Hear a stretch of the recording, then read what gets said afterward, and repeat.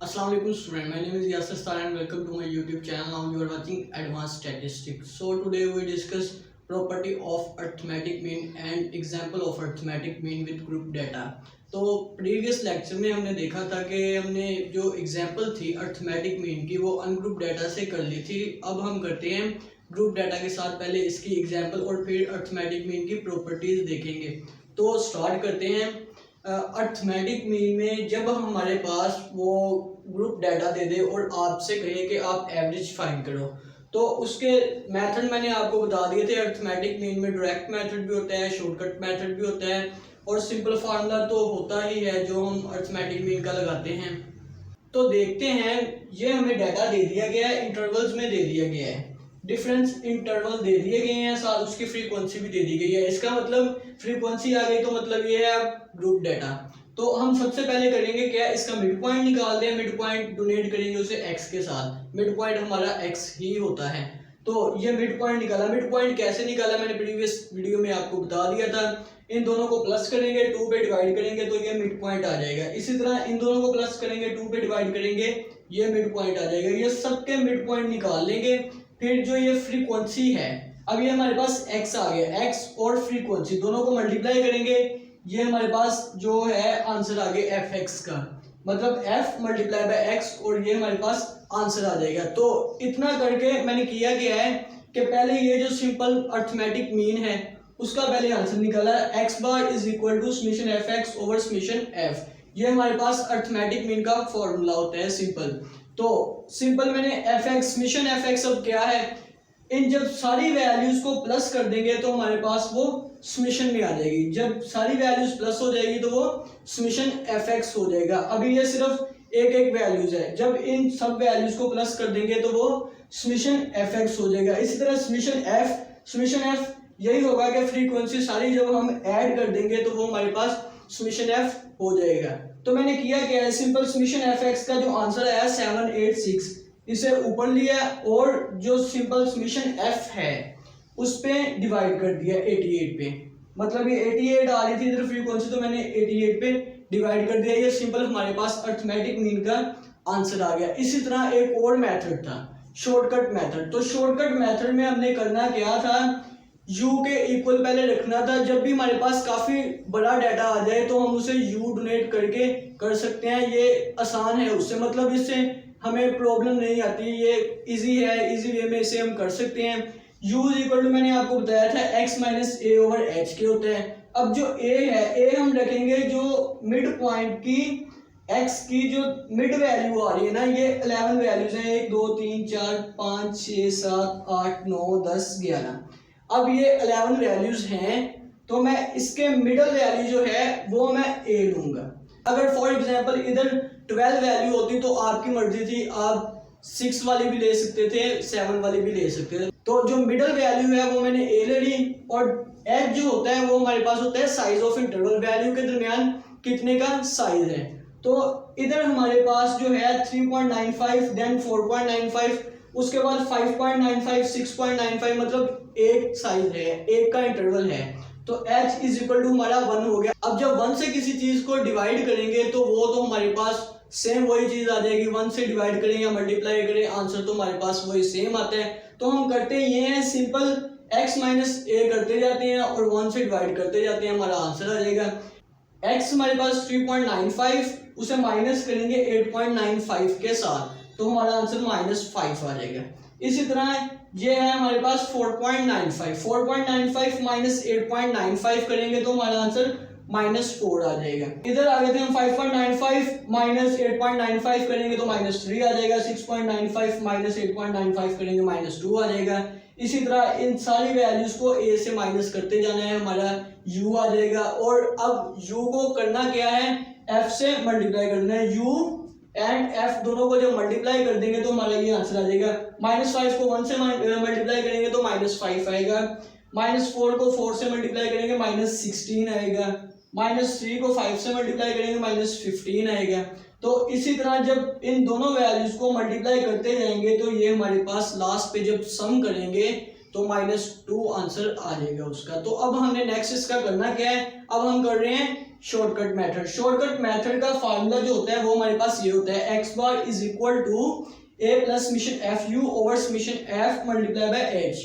तो summation F U हमने निकाल लिया इधर से, इन सारी वैल्यूज को जब प्लस करेंगे तो -2 उसका आंसर आ गया। ये हमारे पास समेशन एफ यू है, समेशन एफ यू आ गया। इसी तरह डिवाइड जैसे हमने इस फार्मूला में किया था, समेशन एफ के साथ फ्रीक्वेंसी के सम के साथ डिवाइड कर दिया था, इसी तरह हमने इधर भी ऐसे ही करना है। समेशन एफ है जो हमारे पास 88, तो उस पे डिवाइड कर देंगे। ए हमारे पास अब क्या आता है 8.95 जो मैंने इधर लिया था, ए 8.95 प्लस -2 जो समेशन एफ यू का आंसर आया डिवाइडेड बाय 88 जो फ्रीक्वेंसी है टोटल, और मल्टीप्लाई कर देंगे 1 के साथ क्योंकि हमारे पास जो साइज ऑफ इंटरवल है वो 1 ही है। तो करेंगे क्या, 1 से मल्टीप्लाई करेंगे तो सिंपल वही वैल्यूज आ जाएगी, प्लस माइनस हमारे पास माइनस हो जाएगा, 8.95 -2 ओवर 88। तो जब इसे सोल्व करेंगे हमारे पास ये आंसर आ जाएगा। अब देखें कि ये जो सिंपल अरिथमेटिक मीन का आंसर और जो जो शॉर्टकट मेथड का आंसर, अब ये दोनों सेम है, इन दोनों में कोई चेंजिंग नहीं आएगी। तो ये अब आप पे डिपेंड है, आपकी मर्जी है कि आप इस मेथड से करते हो या इस मेथड से करते हो। मैं तो आपको प्रेफर करूंगा कि जब आपके पास काफ़ी लार्ज डाटा आ जाए तो आप ये यू वाला मेथड ही सोल्व कीजिएगा, क्योंकि इससे जो है काम आसान हो जाता है, हम इजीली कर सकते हैं। आपको पता होना चाहिए दोनों फार्मूलाज का, मैंने वो आपको बता दिया है। तो सिंपल ये इधर तक की इसकी एग्जांपल दी। अब हम नेक्स्ट करते हैं वेटेड मीन और अरिथमेटिक मीन की प्रॉपर्टी वगैरह। तो मैं ट्राई करूंगा कि मैं इसी लेक्चर में इसे अरिथमेटिक मीन को क्लियर कर दूं। जी तो स्टूडेंट, अब हम देखते हैं properties of arithmetic mean. Properties जो हैं अरिथमेटिक मीन की वो डिफरेंट 4 हैं, जो कि बहुत ही ज़्यादा इंपॉर्टेंट है, एग्जाम्स वगैरह में आ जाती हैं। तो हम वो देखते हैं। First property of arithmetic mean, for a set of data the sum of deviation of the observation xi from their mean x bar taken with their proper sign is equal to 0। जो deviation है xi का उसके mean x बार के साथ वो हमने equal to prove करना है कि वो 0 है या नहीं। तो वो हम देखते हैं। द सम ऑफ डेविएशन जो होता है हमारे पास वो होता है summation x minus x bar के। तो summation into xi minus x bar, जब हम समेशन को अंदर मल्टीप्लाई करेंगे, अब जो हमारा ये x है ये हमारे पास है एक वेरिएबल। तो जब समेशन को x से मल्टीप्लाई करते हैं तो वो समेशन उसके साथ आ जाता है। जब वेरिएबल के साथ मल्टीप्लाई करते हैं तो समेशन सिंपल उसके साथ आ जाता है। जो मीन है हमारे पास कांस्टेंट, ये मैंने इधर मेंशन कर दिया है। तो मीन हमारे पास होता है कांस्टेंट वैल्यू। ये याद रखने वाली बात है, जब भी हमारे पास कांस्टेंट वैल्यू के साथ हम समेशन मल्टीप्लाई करते हैं तो वो n हो जाता है। तो समेशन जब वेरिएबल से मल्टीप्लाई करेंगे समेशन ही आएगा। तो जब समेशन को कांस्टेंट से मल्टीप्लाई करेंगे वो nx बार आ जाएगा, nx बार। अब ये सिंपल जो हमारा x बार होता है वो इज इक्वल टू होता है समेशन x ओवर n के, और जब ये n डिवाइड है तो इस साइड पे आएगा तो मल्टीप्लाई हो जाएगा। तो n इधर आके मल्टीप्लाई हो जाएगा, nx bar is equal to हो जाएगा समेशन x के। तो ये भी nx बार है, nx बार की जगह मैं ये समेशन x भी तो पुट कर सकता हूँ ये वाला। तो nx बार की जगह समेशन x आ जाएगा। ये पॉजिटिव समेशन x है, ये नेगेटिव समेशन x है, तो ये हमारा 0 हो जाएगा। तो उसने यही कहा था कि ये mean of deviation is equal to 0 है या नहीं, तो वो हमने प्रूव कर दिया। अब हम देखते हैं इसकी सेकंड प्रॉपर्टी। जी तो स्टूडेंट, अब हम देखते हैं second property of arithmetic mean. Arithmetic mean की सेकंड प्रॉपर्टी है जी the sum of square deviation of the xi from the mean x bar is a minimum. In other words sum of deviations, sum of square of deviations less than equal to summation into x minus a whole square where a is an arbitrary values other than the mean। तो अब हमने find क्या करना है, जो previous property थी उसमें हमने सम ऑफ डेविएशन फाइंड किया था। अब इधर है हमारे पास सम ऑफ स्क्वायर ऑफ डेविएशंस। तो अब हम सिंपल ये फाइंड करेंगे। हमने करना सबसे पहले ये है, ये जो हमें वैल्यूज दी है समेशन x माइनस ए होल स्क्वायर, तो इक्वल टू करेंगे जी इधर x समेशन ऐसे ही xi भी ऐसे ही, तो हम इसमें ले लेंगे माइनस एक्स बार प्लस एक्स बार, लेट कर लेंगे कि माइनस एक्स बार और प्लस एक्स बार। अगर हम इसे ख़त्म करेंगे तो फिर हमारे पास यही वैल्यू बाकी बचेगी। तो मैंने माइनस एक्स बार प्लस एक्स बार लेट कर लिया खुद से। तो अब ये जो है xi माइनस एक्स बार को हम ऐसे ब्रैकेट बंद कर सकते हैं, ऐसे सेपरेट कर सकते हैं, दरमियान में प्लस है तो प्लस आ गया, इन दोनों को सेपरेट कर सकते हैं। और अब ये होल का स्क्वायर है, तो सिंपल होल स्क्वायर वाला फार्मूला जो होता है a स्क्वायर जमा b स्क्वायर जमा 2ab, तो वो हम ओपन कर देते हैं, a square plus b square plus 2ab।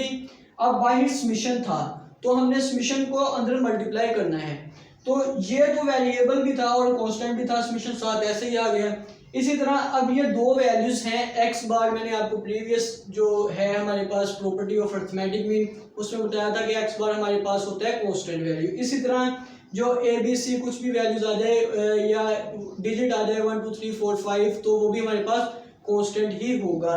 तो जब समीशन को इसके साथ मल्टीप्लाई करेंगे तो ये n आ जाएगा इसके साथ। तो अब ये जो है +2 ये भी कांस्टेंट वैल्यू थी, ये मैंने सेपरेट कर ली और समीशन को इस वैल्यू के साथ मल्टीप्लाई कर दिया। प्रीवियस प्रॉपर्टी में हमने देखा था कि समीशन को जब इसके साथ मल्टीप्लाई करते हैं समीशन ऐसे आ जाए इसके साथ तो ये इज इक्वल टू 0 होता है। तो ये अब इज इक्वल टू 0 है, जब 0 इसमें पुट करेंगे तो ये सारी वैल्यू 0 हो जाएगी। अब ये जो सारी वैल्यू है ये इज इक्वल टू है इसके, जब ये 0 हो जाएगी तो ये लेस देन वैल्यू हो जाएगी इससे। तो अब हम ऐसे भी लिख सकते हैं कि सम ऑफ स्क्वायर ऑफ डेविएशन जो है वो इससे लेस देन है, साइन का चेंज आएगा सिर्फ। आप इसे ग्रेटर देन इक्वल टू ऐसे भी लिख सकते हो, अगर इसे फर्स्ट पे लिखोगे तो आप इसे लेस देन इक्वल टू इसके लिखोगे तो इसमें कोई भी डिफरेंस नहीं है, आप ऐसे भी लिख सकते हो वैसे भी लिख सकते हो। तो अब हम नेक्स्ट करते हैं third property of arithmetic mean. तो स्टूडेंट अब हम देखते हैं third property of arithmetic mean. Third property of arithmetic mean बहुत ही इजी है, वो हम देखते हैं। इफ के सब group of data consisting of n1 n2 so on n k summation ni is equal to n observation have respective mean x bar 1 x bar 2 so on x bar k, then mean for all the data is equal to वो हमने find करना है। तो students ये जो उसने बताया है n1 then n2 then so on nk, तो इसे हम इस तरह भी रिप्रेजेंट कर सकते हैं। मतलब ये जो भी वैल्यूज है ना, ये मैंने इधर लिखा हुआ है i is equal to 1 2 3 4 so on k तक जो वैल्यूज है उसे हम i लिख के रिप्रेजेंट कर सकते हैं। इसी तरह मैंने समीशन ni जब सबको जमा कर देंगे तो आपको पता है हमारे पास समीशन आ जाएगा, तो summation ni is equal to n के ही होता है। तो मैं इसे ऐसे भी लिख सकता हूँ, उन सबको ऐसे भी लिख सकता हूँ कि वो n के इज इक्वल कर सकते हैं हम। तो सिंपल प्रॉपर्टी है, हमने करना क्या है, डिफरेंट हमारे पास सब ग्रुप दिए गए हैं n1 n2 n3 ऐसे हमारे पास डिफरेंट सब ग्रुप हैं। हमने करना ये है n1 मल्टीप्लाई बाय x बार 1, फिर plus n2 multiply by x बार 2, फिर plus n3 multiply by x बार 3। इसी तरह सबको करके लास्ट पे nk मल्टीप्लाई बाय x बार के उसे डिवाइड कर देना है नंबर ऑफ ऑब्जर्वेशन जितने भी हमारे पास सब ग्रुप हैं n1 n2 plus n1 plus n2 plus so on nk तक।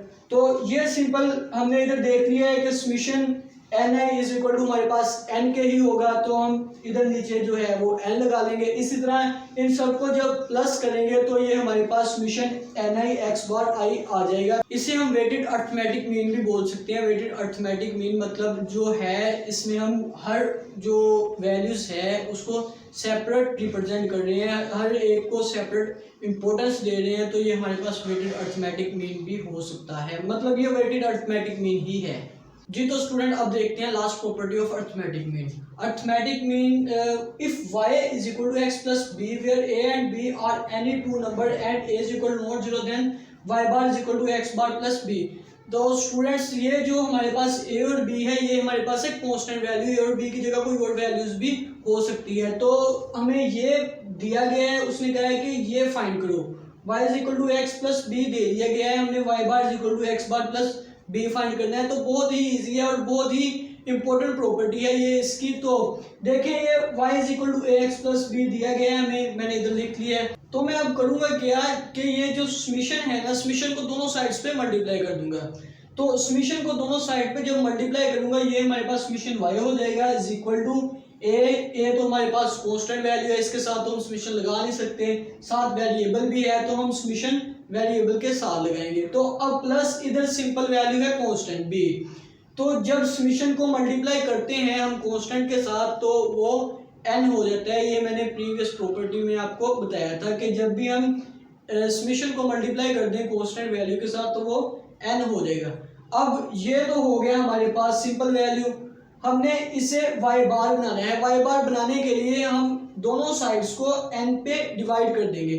जब दोनों साइड्स को n पे डिवाइड कर देंगे तो समीशन y ओवर n आ जाएगा is equal to a summation x over n plus ये n भी डिवाइडेड बाय n। तो ये जो है हमारे पास y bar is equal to होता है समीशन y ओवर n के, तो हम इसकी जगह y बार लिख सकते हैं। इसी तरह a कांस्टेंट था सेपरेट आ गया, समीशन x ओवर n हमारे पास x बार के इक्वल होता है, और ये जो n b ओवर n है, n जो है n से कैंसिल हो जाएगा, हमारे पास सिंपल b आ जाएगा। तो हमने ये प्रूव करके दिखाना था कि y bar is equal to x bar plus b आएगा या नहीं, तो वो हमने सिंपल कर लिया। बहुत ही ज़्यादा इंपॉर्टेंट है प्रॉपर्टी ये इसकी। अब हम करते हैं वेटेड अरिथमेटिक मीन।